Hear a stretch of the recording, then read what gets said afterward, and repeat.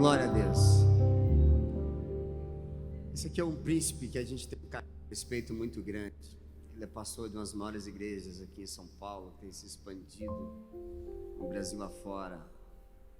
É um homem difícil de agenda, mas não é difícil porque ele é difícil. É porque Deus usa quem está disponível para Ele. Que você esteja disponível para Deus aonde você estiver, Ele vai te usar com intensidade. Isso é nas suas mãos. Pai, nós te louvamos pela vida do teu filho. E sabemos, Deus, que o Senhor trouxe aqui com algo especial, algo dos céus para nossas vidas. E apenas te pedimos, Senhor, que venha transbordar mais e mais a cada um de nós. Que o Senhor use teu servo como nós temos acompanhado e andado junto e visto, com poder, com autoridade, com ousadia e glória. Em nome de Jesus. Vamos aplaudir ao Senhor pela vida do pastor Isabel.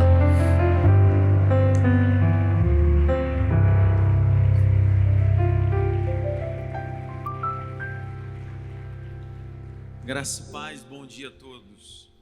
Podem se assentar, por favor. Eu queria te convidar a fazer uma leitura de um texto. Queria que você abrisse sua Bíblia comigo.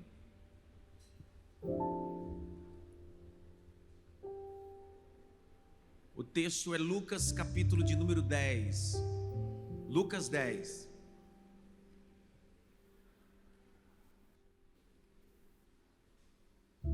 O verso é o de número 30. Lucas 10, 30. Minha palavra de gratidão por estar nessa convenção. Eu desembarquei agora no aeroporto, vim correndo para estar com vocês, vindo de Belo Horizonte para essa manhã especial. Louvar a Deus pela vida do pastor Rocco, nosso presidente, pela vida do pastor Rinaldi, toda a diretoria, todos os pastores desse ministério. Eu estive com vocês na convenção do ano passado. Foi isso, não foi? O ano passado? É retrasado, né? Isso. E eu estava me lembrando que naquela feita eu falei sobre o Deus que providencia no deserto. Foi isso que eu ministrei naquele dia. E o tema de vocês aqui é sobre a vinda de Cristo. E eu queria falar sobre a volta de Jesus essa manhã. Capítulo de número 10, verso de número 30. E respondeu Jesus e disse: descia um homem de Jerusalém para Jericó. Caiu na mão dos salteadores, os quais despojaram e, deixando meio morto, retiraram-se, porque haviam espancado. 31. Naquela ocasião descia pelo mesmo caminho um certo sacerdote. Vendo, passou a largo. De igual modo também um levita. Chegando àquele lugar, vendo, passou a largo também mais um samaritano, que ia de viagem. Repita comigo: de viagem. Grite mais alto: de viagem. Chegou ao pé dele e, vendo, moveu-se de íntima compaixão. Aproximando-se, atou-lhe as feridas. Deitou azeite e vinho em suas feridas e colocou sobre o seu animal, sobre o seu cavalo. Levou até uma estalagem. Repita comigo: estalagem. Estalagem. E cuidou dele. Verso 35. E partindo ao outro dia, tirou 2 dinheiros, deu ao hospedeiro e disse: cuida dele. Tudo o que mais ele necessitar ou gastar, eu pagarei. Pagarei quando? Olha o verso de número 35, a última palavra: voltar. Voltar. Glória. Eu sou a 3ª geração de pastor na minha família. Meu avô falava que Jesus ia voltar. A 2ª geração de pastor na minha família pregou encantavelmente: Jesus vai voltar. E eu continuo sendo esse sermão: Jesus vai voltar. Olha a continuação do texto, verso 36. O qual, pois, destes três parece que foi o mais próximo, que caiu na mão desses salteadores? 37.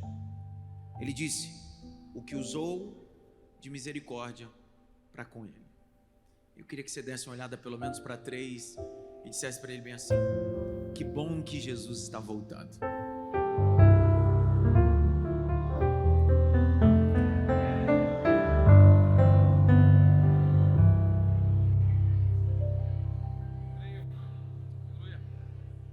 A volta de Cristo é um axioma. A palavra axioma é utilizada dentro da perspectiva de uma verdade absoluta, intranscendente, irrevogável. Se a primeira vinda de Cristo foi uma verdade, um axioma, e os homens comprovam não só o Cristo, mas sim o Jesus histórico, a vinda de Cristo, existem 8 citações a mais sobre a sua segunda vinda. Um dos profetas mais brilhantes nos textos veterotestamentários é o profeta Isaías. Profetizou a vinda de Cristo 700 anos antes. Todas elas cumpridas de forma fidedigna, todas as suas profecias cumpridas. Jesus veio para cumprir todas elas. Até o dia do seu nascimento foi cumprido dentro da perspectiva do profeta Miqueias. Jesus não poderia nascer em Nazaré, ele deveria ser criado em Nazaré, ele deveria nascer em Belém. Por quê? Porque uma profecia estava correlacionada ao seu nascimento. És tu, Belém de Efrata. Cristo tinha que nascer em Belém. Belém é a casa do pão, e é isso que a eternidade decidiu promover aos homens, para uma casa que já não tinha mais pão. Entretanto, Cristo veio para justificar o homem, regenerar o homem. É o processo. Não existe justificação sem perdão. Ele perdoa, depois que ele perdoa, ele justifica. É o que nós chamamos dentro da regra de subtração e adição. Primeiro ele tira a roupa suja e depois ele coloca uma roupa. Ele me perdoa, depois ele me justifica. Esse é o processo de Cristo, esse Cristo encarnado. Ele se manifesta em 3 períodos. Quantos períodos? 3 períodos. Primeiro período dele é quando ele nasce. E o texto é claro. Os magos são guiados por uma estrela, que essa estrela leva até o sol da justiça. E dali é a primeira aparição dele. Acontece um gap, uma lacuna. Vai acontecer a segunda aparição dele aos 12 anos de idade. Bem religioso, em Jerusalém, em um cerimonial. Acontece o segundo gap. E ele fica oculto na história e só aparece a terceira vez, e a terceira e a última até o dia da sua crucificação. Essa terceira vez ele aparece aos 30 anos de idade. Ele aparece nos deltas do Jordão para ser batizado. O texto diz que João Batista está batizando e Jesus aparece. Quando Jesus aparece, ele diz: esse que aparece é diferente de todos esses que estão aqui no delta do Jordão. Eis o Cordeiro de Deus que tira o pecado da humanidade. Me permita utilizar isso daqui para que a gente possa entender a expressão de João Batista. João Batista não era só um profeta, não era só um beduíno que está vivendo no deserto. Ele é filho de Zacarias, o sacerdote, da linhagem de Abias, 8ª turma. Ele também é filho de uma mulher chamada Isabel, que também é da linhagem aronita sacerdotal. E esse Zacarias estudou para ser sacerdote, conhecia tudo sobre cerimonial. E ele estudou, sabia que um sacrifício de expiação tinha o poder de cobrir pecado, não de tirar pecado. Por isso que quando ele olha, ele diz assim: esse que está sendo manifesto não é um cordeiro qualquer, que o meu pai sacrificava, que a linhagem aronita sacrificava, que tinha o poder de cobrir pecado. Esse não cobre pecado, esse tira o pecado da humanidade. Ele está fazendo um paralelo com o sumo sacerdote da época. A cabeça pensante sacerdotal da época era Yosef Bar Caifás, o sumo sacerdote. Havia corrompido o princípio cerimonial, sacrificial e do sangue. Por isso que João Batista está no deserto. Porque a purificação não começa do templo para a humanidade. A purificação começa do deserto para o templo. Vixe. Pergunta a mim, por quê? É igreja, chamados para fora. E a verdadeira igreja não começa aqui, começa de lá para cá. A purificação não começa daqui para cá, é de lá para cá. Nós somos igreja do Senhor. Durante 3 anos, ininterrupto, Cristo vai implantar o reino. Cristo vai implantar o quê? Ei, o reino dele não é comida e nem bebida, como o apóstolo Paulo diz. O reino dele não é status. Ao contrário do reino dos homens, o reino de Deus é ao contrário. Leonardo Boff, um teólogo católico, vai dizer que a manifestação de Cristo é o contrário da perspectiva humana. Porque toda criança quer ser homem, todo homem quer ser rei, todo rei quer ser Deus, segundo Leonardo Boff. Mas só Deus quis ser uma criança. Percebeu que a perspectiva do reino de Deus é o contrário. Todo homem quer ser rei para ser servido. Já na perspectiva do reino de Deus, todo rei tem uma missão de servir os seus súditos. Enquanto no rei dos homens, o homem não vê a hora de ter um título e uma coroa, no reino de Deus, a coisa maior que Cristo te dá é uma bacia com água, uma toalha, para você lavar os pés de um Judas Iscariotes. Minha missão não é agradar os homens, minha missão é lavar os pés daqueles que precisam acessar o ambiente da santidade. Dentro dessa perspectiva, Cristo vai falar. Grite bem alto, Cristo vai falar. Ele vai falar sobre o quê? Ele vai falar sobre oração, princípio moral. Mahatma Gandhi, estadista indiano, formado em Londres em direito, o que lutou e militou contra a independência da Índia e também do Paquistão. Seus preceitos foram extraídos do Sermão da Montanha, do capítulo 5 de Mateus até o capítulo 7. Mahatma Gandhi diz bem assim: se todos os livros sagrados de todas as religiões se perdessem e tivéssemos só o Sermão da Montanha, não perderíamos nada. Sabe o que Mahatma Gandhi estava dizendo, não sendo cristão com as mesmas convicções que as nossas? Estava dizendo, tudo se resume em Cristo, seu ensinamento, seu preceito, sua vida, sua direção. Só que Jesus decidiu falar de forma parabólica. Preste minha atenção nisso. Eu tenho dislexia. Uma pessoa que tem dislexia como eu, tem dificuldade de ler, tem dificuldade de interpretação de texto, de alfabetização. Então, eu fico maravilhado com a didática de Cristo. Cristo está falando sobre coisas espirituais a ouvintes carnais. Vou de novo. Durante 3 anos e 6 meses, Cristo está falando de coisas espirituais a ouvintes carnais. Ao invés dele elevar o conhecimento, ele decide descer o nível para que os seus ouvintes entendam.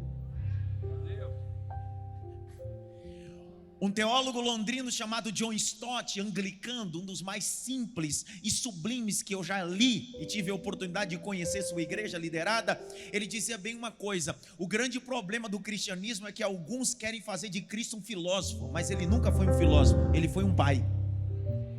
O filósofo tem 2 maneiras de ensinar os seus súditos, ou sentado na academia ou caminhando com ele. Cristo decidiu colocar nós no seu colo e dizer: deixa eu falar no seu ouvido, porque eu tenho grande escola. Jesus nunca falou para impressionar, eu já termino. Jesus nunca falou para impressionar, Jesus nunca falou para informar, Jesus falou para conectar. Vou de novo. Porque às vezes nós falamos para impressionar, nós falamos para literalmente as pessoas ficarem embasbacadas. Jesus nunca se preocupou com barulho, Jesus se preocupou com a transformação. Não sei se você vai dar glória, mas eu preciso lembrar essa palavra.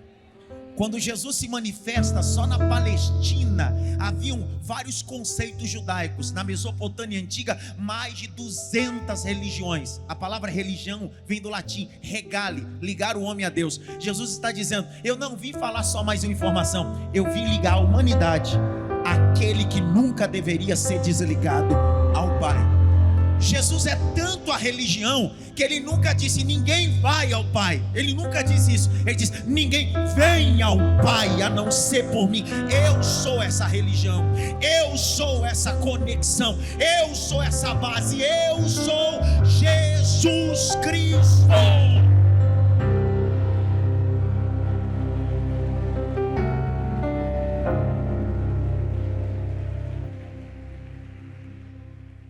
Não sei se eu posso falar isso aqui. vai dar problema. Dá não? Tá bom. Não vou levar nada para casa.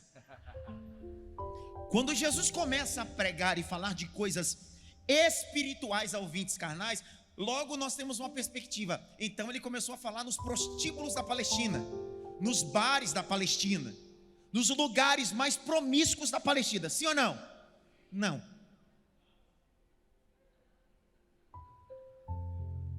Porque a gente acha que os analfabetos sobre o reino de Deus são aqueles que estão nesses lugares ou do lado de fora. Cristo não começou o seu ministério falando nesses ambientes. Cristo começou o seu ministério num ambiente religioso, mas analfabeto sobre o reino.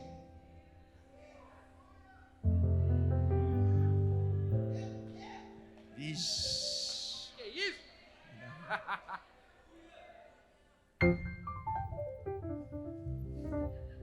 Presta atenção. Quando Jesus saiu do deserto, depois de 40 dias, foi batizado, depois de 40 dias, sendo tentado, venceu o diabo em 3 níveis. Primeiro lugar que ele entrou para pregar, não foi num prostíbulo, não foi num bar. A Bíblia diz, e entrando ele na sinagoga, no Shabbat Shalom, foi-lhe entregue o rolo do profeta Isaías. Era para você ter dado glória, mas tudo bem. Deixa eu explicar o cerimonial na sinagoga. Na sinagoga tem um príncipe da sinagoga. As mulheres ficam na galeria com as crianças, mais ou menos como é aqui. E embaixo ficam os homens. Existe uma antessala onde tem os rolos da Torá sagrada. Aonde o príncipe da sinagoga é ele que determina quem vai falar a porção do Terrilim, dos salmos, o cântico. E quem vai fazer a prédica, a palavra. Quem decide, quem vai cantar e pregar é o príncipe. Não foi Jesus que pediu oportunidade. Jesus não mandou um bilhetinho, me dá uma oportunidade. Jesus não puxou o tapete de ninguém e disse, me dá uma oportunidade. Jesus saiu do deserto depois de vencer o diabo e entrou na sinagoga. Quando ele entrou na sinagoga, o príncipe da sinagoga disse, pega o rolo. Qual rolo? Do profeta Isaías. Com quem está a mensagem hoje? Aí o príncipe da sinagoga disse, aquele rapaz ali, entrega o rolo para ele. Que rapaz? Aquele filho de José. Pegaram o rolo do profeta Isaías. Naquela época não tinha capítulo, não tinha versículo. E o texto dizia, ele encontrou aonde estava escrito. E aí ele começou a ler, eis que o Espírito do Senhor está eu estou liberando. Eis que o Espírito do Senhor está sobre mim, porque Ele me unge. Aleluia! Levante as 2 mãos para o alto. Uremacaia. O mais alto que você pode. Família global, há um peso de glória esta manhã aqui. Há um peso de majestade nesse lugar. O Senhor está dizendo, estou preparando rolos para você. Estou habilitando você para grandes coisas. Você não precisa de nada. Eu sou Deus que providencio. Pega o peso da mensagem. Pega o peso.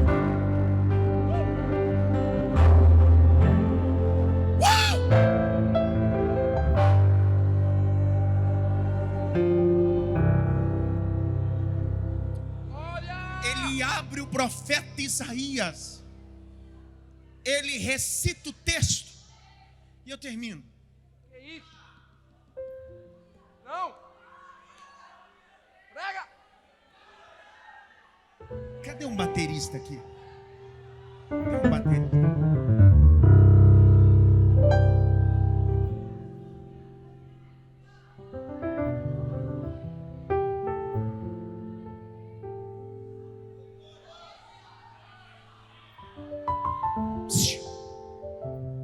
Quando ele acaba de ler o rolo, o texto diz assim, ó, se cumpriu hoje essa palavra. Tá todo mundo olhando para a bateria, né? Jesus não veio senão para cumprir. Se você não lembrar de nada do que eu pregar aqui, você lembrar só dessa expressão, Jesus veio para cumprir.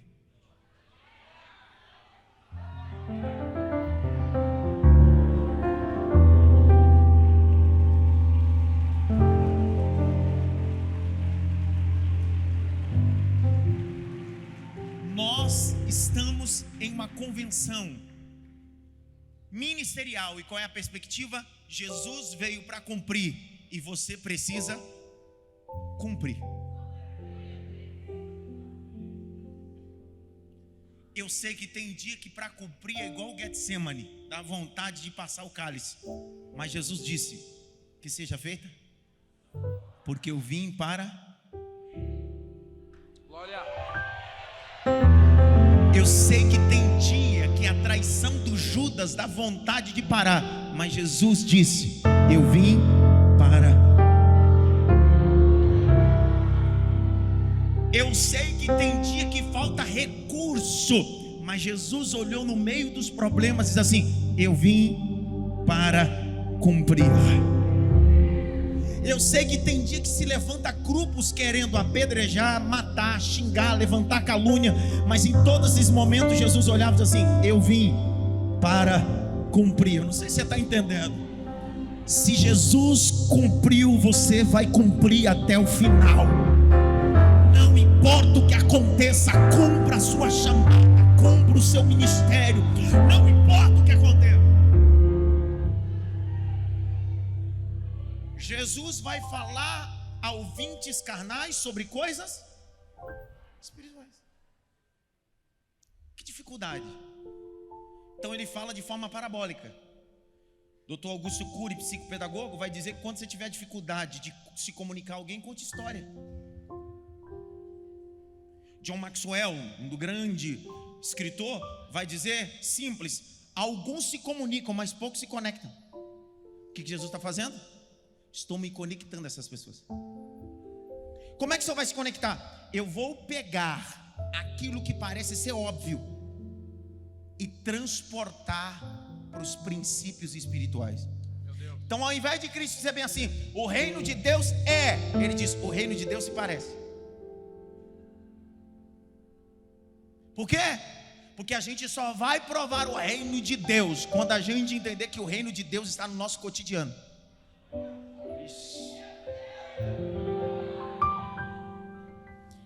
O reino de Deus não é um endereço. O reino de Deus é um movimento. Simples. Aonde nós estamos? Numa casa de eventos. Se o reino de Deus fosse um endereço, nós não estaríamos aqui.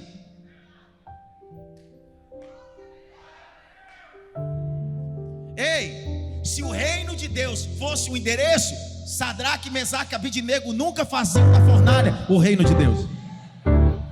Se o reino de Deus fosse um endereço, Paulo e Silas nunca faziam de uma prisão na cidade de Filipos a manifestação do reino de Deus.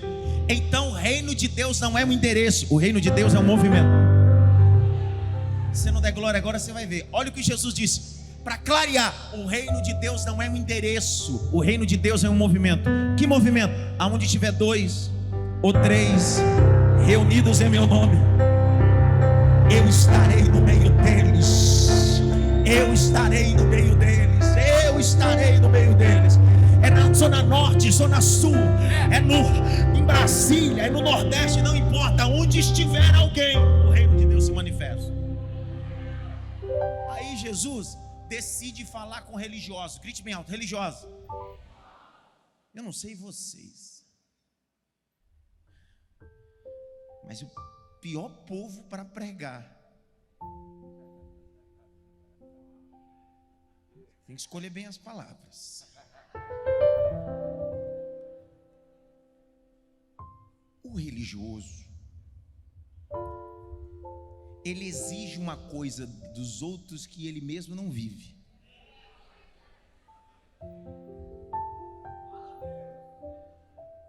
Bem, pastor, só para deixar claro que eu vim com 5 segurança e armados. Brincadeira. O religioso tem a capacidade de cobrar do outro o que ele não vive. Por isso que Jesus não começou o ministério nos prostíbulos da Palestina, ele começou porque as sinagogas estavam cheias de hipócritas religiosos que cobravam do povo o que eles não viviam.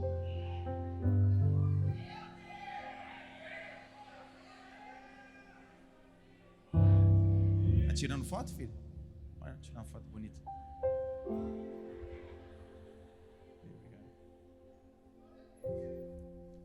O religioso tem a capacidade, permito usar essa expressão chula, mas só para... O religioso tem a capacidade de arrotar a santidade. O religioso, quando ele fala, você se sente o pior das pessoas. Porque ele começa a falar, você diz, meu Deus, eu devo ser uma desgraça. Porque o religioso não te inclui na graça, ele te exclui da graça. Porque o religioso levanta uma bandeira de perfeição, mas a graça não é para perfeitos, a graça é para justificados.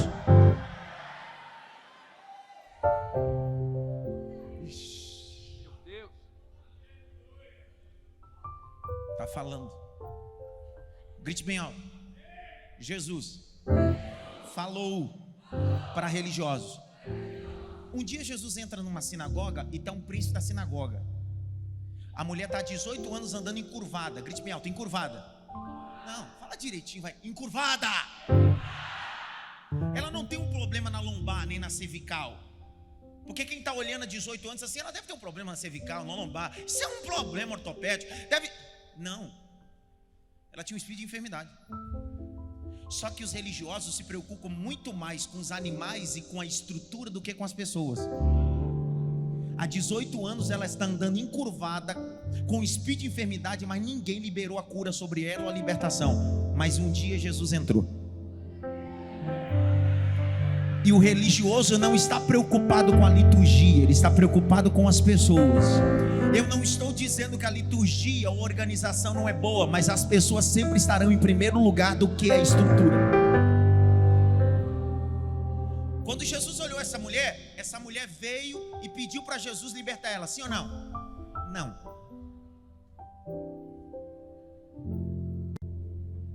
Não.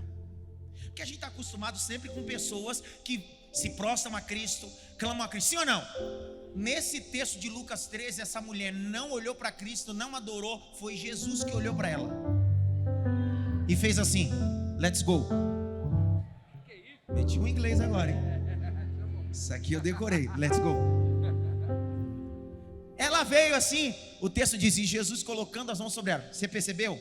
Não foi ela que pediu, não foi ela que teve fé, não foi ela que adorou, foi decisão de Cristo. Então, sabe o que Cristo estava dizendo? Eu ajo quando você tem fé, mas quando você não tiver fé, eu também ajo, porque eu não dependo dela. Glória!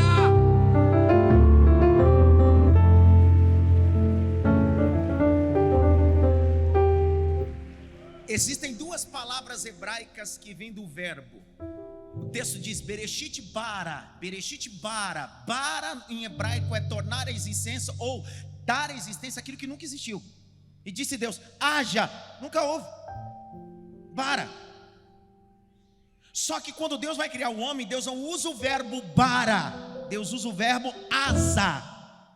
É criar alguma coisa a partir de algo. Enquanto bara é criar do nada, asa é criar a partir do pó da terra. Era para você ter dado glória, mas vou explicar de novo. Olha o que Deus está dizendo. Se não tiver nada, eu crio. Mas se tiver um pouquinho de fé, um pouquinho de azeite, um pouquinho de adoração, eu também faço. Mas se não tiver nada, eu faço também, porque eu sou Deus. Levante as suas mãos para o alto, o mais alto que você pode. Essa manhã o Senhor está dizendo, eu crio a partir de alguma coisa. Uma botija de azeite, eu multiplico. Um pouquinho de fé, eu ajo. Mas se não tiver botija, se não tiver azeite, se não tiver fé, se não tiver nem parede, eu coloco porta aonde não tem parede nenhuma. Eu sou o Senhor dos exército.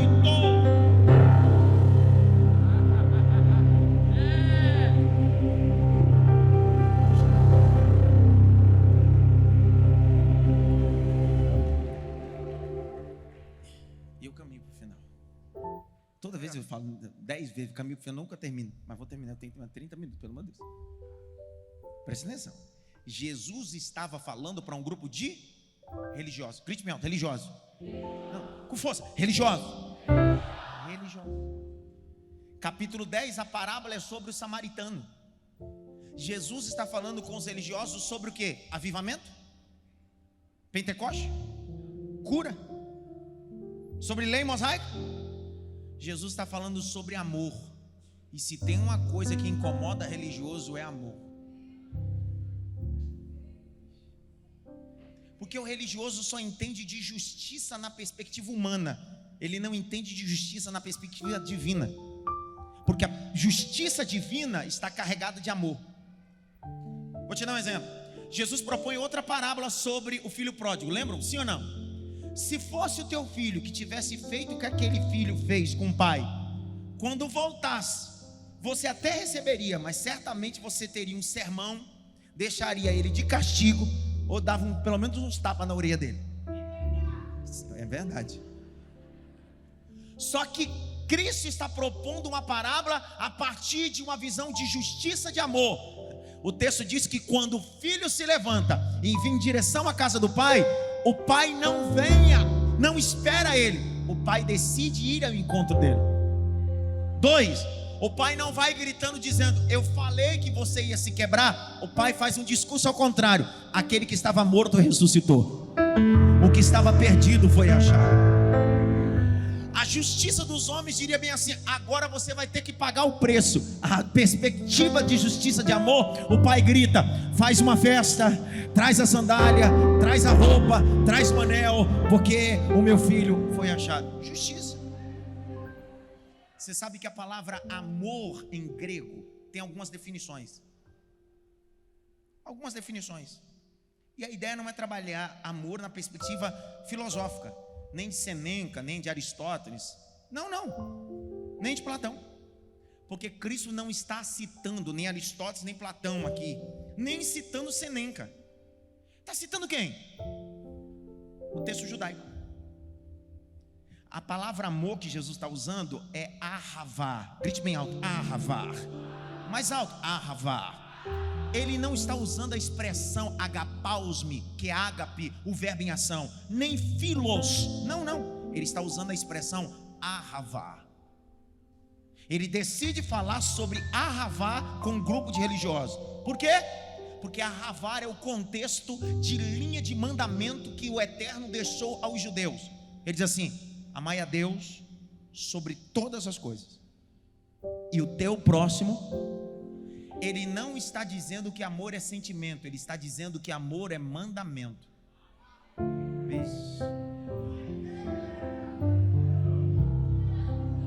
Eu também já estou voando aqui, capaz de cair já. Presta atenção.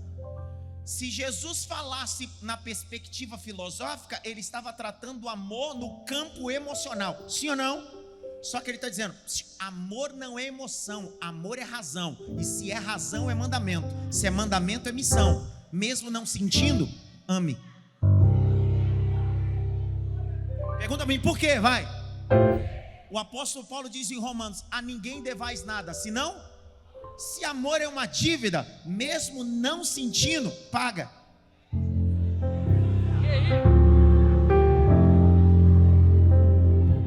Porque quando chega a fatura no final do mês na sua casa, você não sente de pagar. Sentindo ou não sentindo, é a mesma coisa. Gostando ou não gostando de mim, tua missão é me amar. Às vezes eu não vou com a tua lata, mas eu decidi cumprir o mandamento. Eu vou te amar. Suportai uns aos outros em amor. Meu Deus! Diz o grande filósofo brasileiro desse último século, o grande filósofo Zagalo: vão ter que me engolir. Dá uma olhadinha pelo menos para 3, diga para ele assim: sua missão é amar.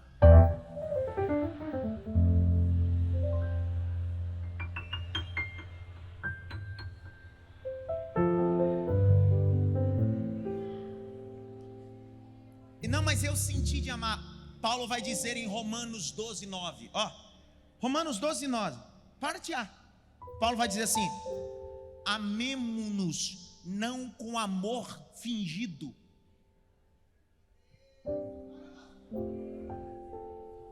Com a pastora Thaís, só vou reproduzir o que ela disse. Agora lascou, ela disse. Literalmente. Por quê? Porque o amor sentimental pode ser fingido, mas o amor de mandamento não dá para fingir. Pergunta, por quê?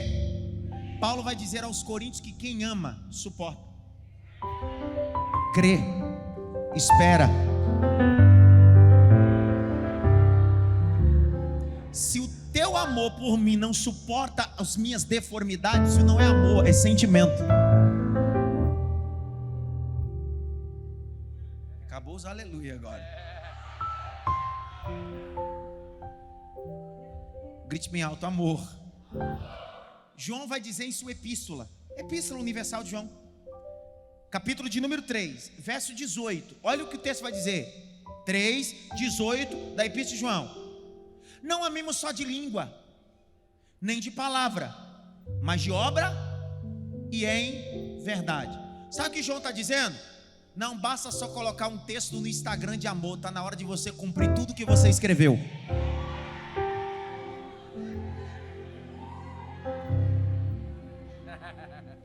I love you. Eu quero vir cumprir essa palavra.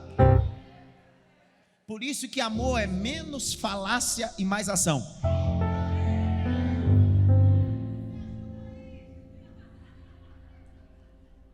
Vai o marido.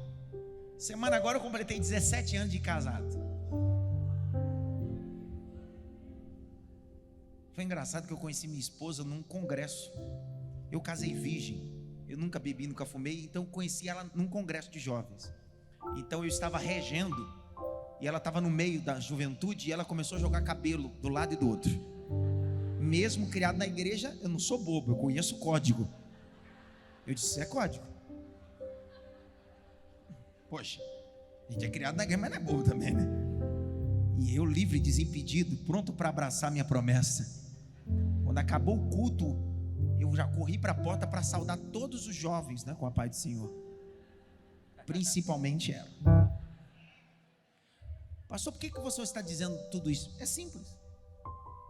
Não adianta nesses 17 anos dizer à minha esposa, eu te amo, se eu não respeitar, se eu não honrar, se eu não cuidar, se eu não proteger. Amor não é discurso.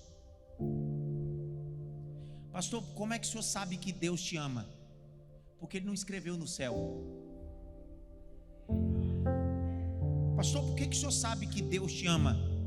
Porque Ele não gritou do céu. Como é que o senhor sabe que Deus te ama?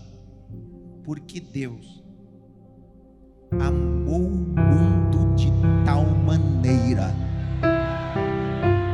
que deu o seu Filho unigênito, para que todo aquele que nele creia não pereça, mas tenha vida eterna.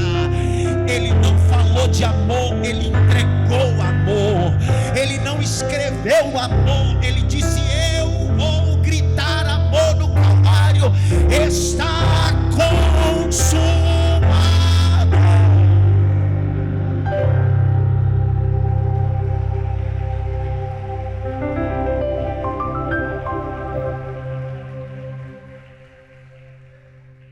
Jesus está falando de amor para um grupo de religiosos. E falar sobre amor para gente que não entende sobre novas oportunidades. Ei, amor é conceder às outras pessoas o direito de uma nova oportunidade.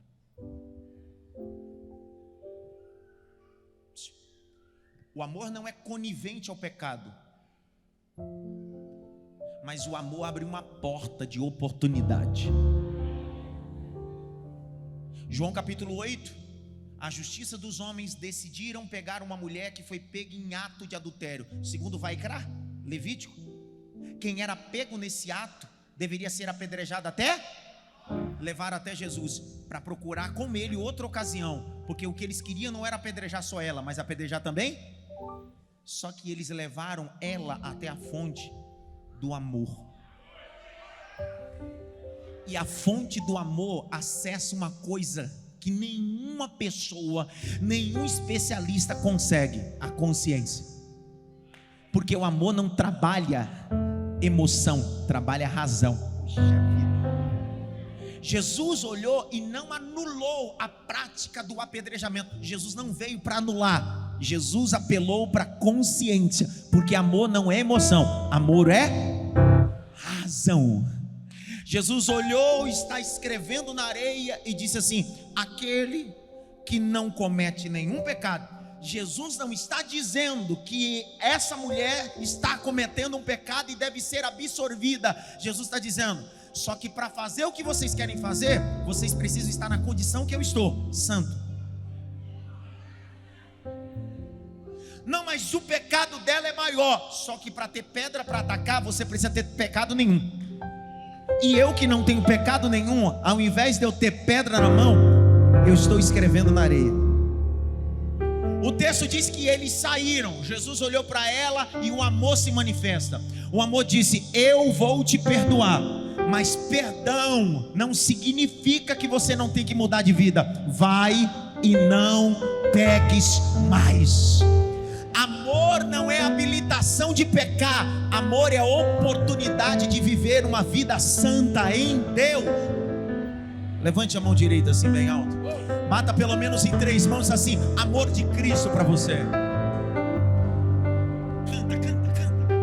Me ama, Ele me ama, Ele me ama, Ele me ama, oh, me ama, Ele me ama, Ele me ama, Ele me ama. Em pé como estamos, me dê mais 1 minuto para que eu possa conectar isso e a gente orar. Eu preciso conectar isso. Jesus está falando de amor a pessoas religiosas, e amor para pessoas religiosas eles não entendem, porque eles só entendem de pedra, não entendem de oportunidade.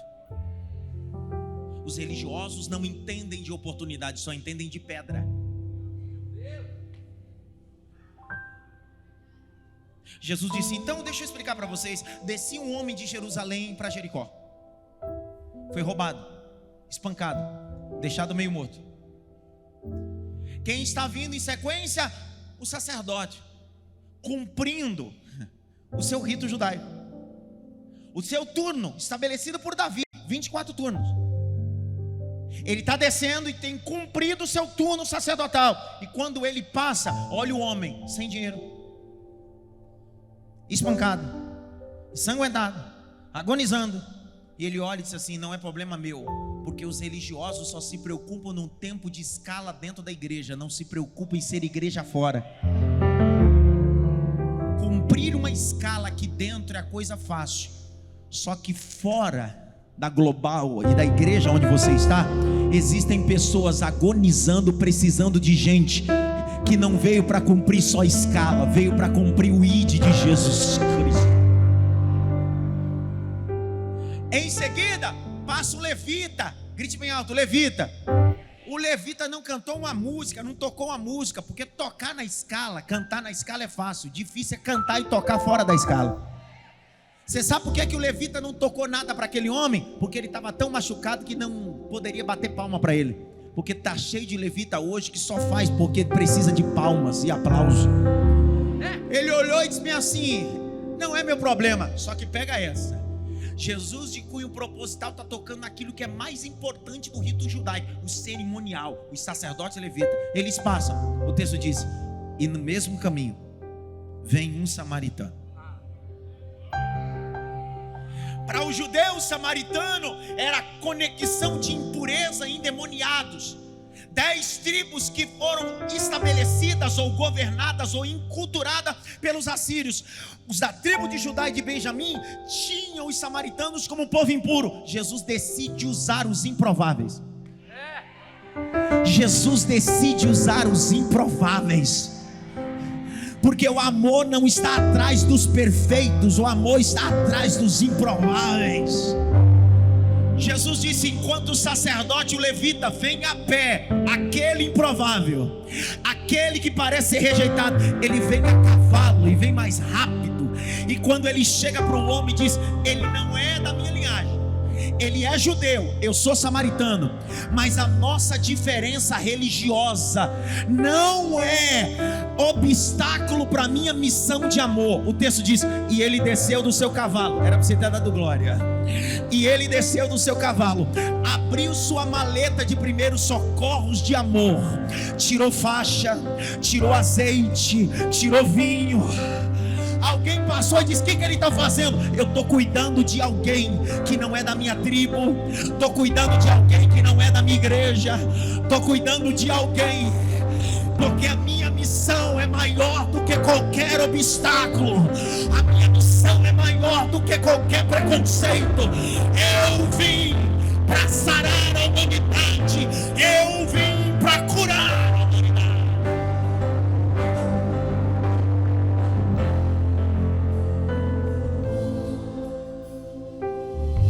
Grite bem alto: atadura.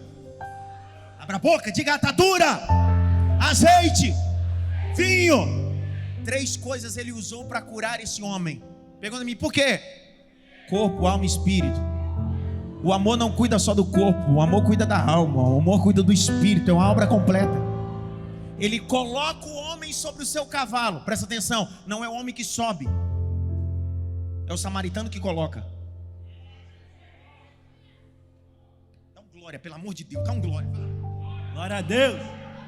Presta atenção. O ferido sou eu e você. O samaritano é Jesus. Não é por mérito que a gente sobe, é porque Ele.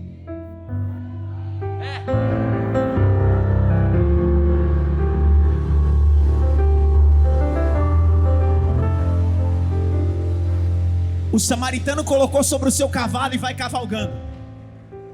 Quando ele chega numa estalagem, é uma casa ou uma estalagem? A palavra casa no grego é oikos, tenda, casa, habitação. Jesus está propondo a parábola e não está dizendo sobre oikos, ele está falando sobre estalagem. Estalagem era um hotel. Lugar de?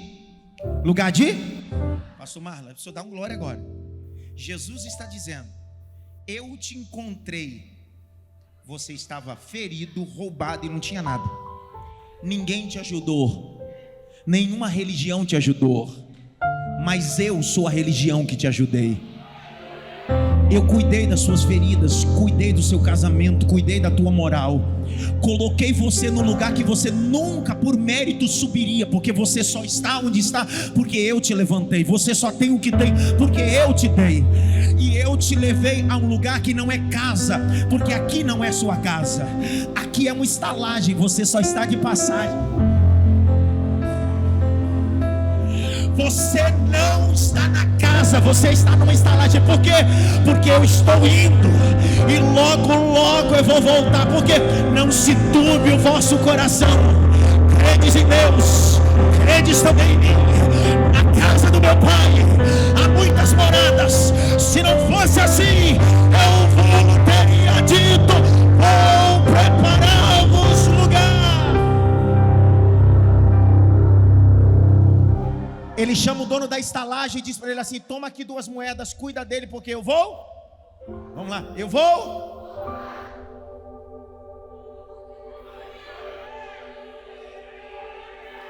Ele disse o dia, ele disse a hora, mas ele disse que ia.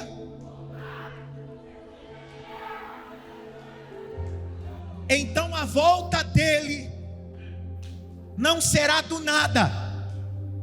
Porque do nada é uma coisa que você não espera. Aí vai. Ele está dizendo: minha volta será de repente. Ninguém sabe o dia, ninguém sabe a hora, será num abrir e piscar de olhos. Mas fique esperando, porque logo logo eu vou voltar, porque pelo mesmo caminho que eu fui, eu vou voltar. Eu vou ler um texto e eu vou terminar agora. Já entrego para o pastor Rinaldi. Esse samaritano, quando pegou o homem à beira do caminho, ele estava a pé? Estava a pé ou não? Ele estava o quê? A cavalo. Ele levou o homem ferido até a estalagem sobre o seu, e ele foi embora como? Então ele precisa voltar como? Vamos ler um texto. Apocalipse capítulo 19. Eu vou ler, se você não der glória, não fizer mais barulho do que aquele povo lá em cima, eu vou pegar você pelo cabelo. Apocalipse capítulo 19. Ele vai voltar. Ele vai voltar. Ele vai voltar. Apocalipse 19, verso de número 11. Eu vou ler. E eu vi o céu aberto, eis um cavalo branco, e o que estava sentado sobre ele se chama Fiel e Verdadeiro, julga, peleja com justiça. Os seus olhos são como chama de fogo, e sobre a sua cabeça muitos diademas. E tinha um nome escrito que ninguém sabia senão ele mesmo. Estava vestido de uma veste salpicada de sangue, e o nome pelo qual me chamava é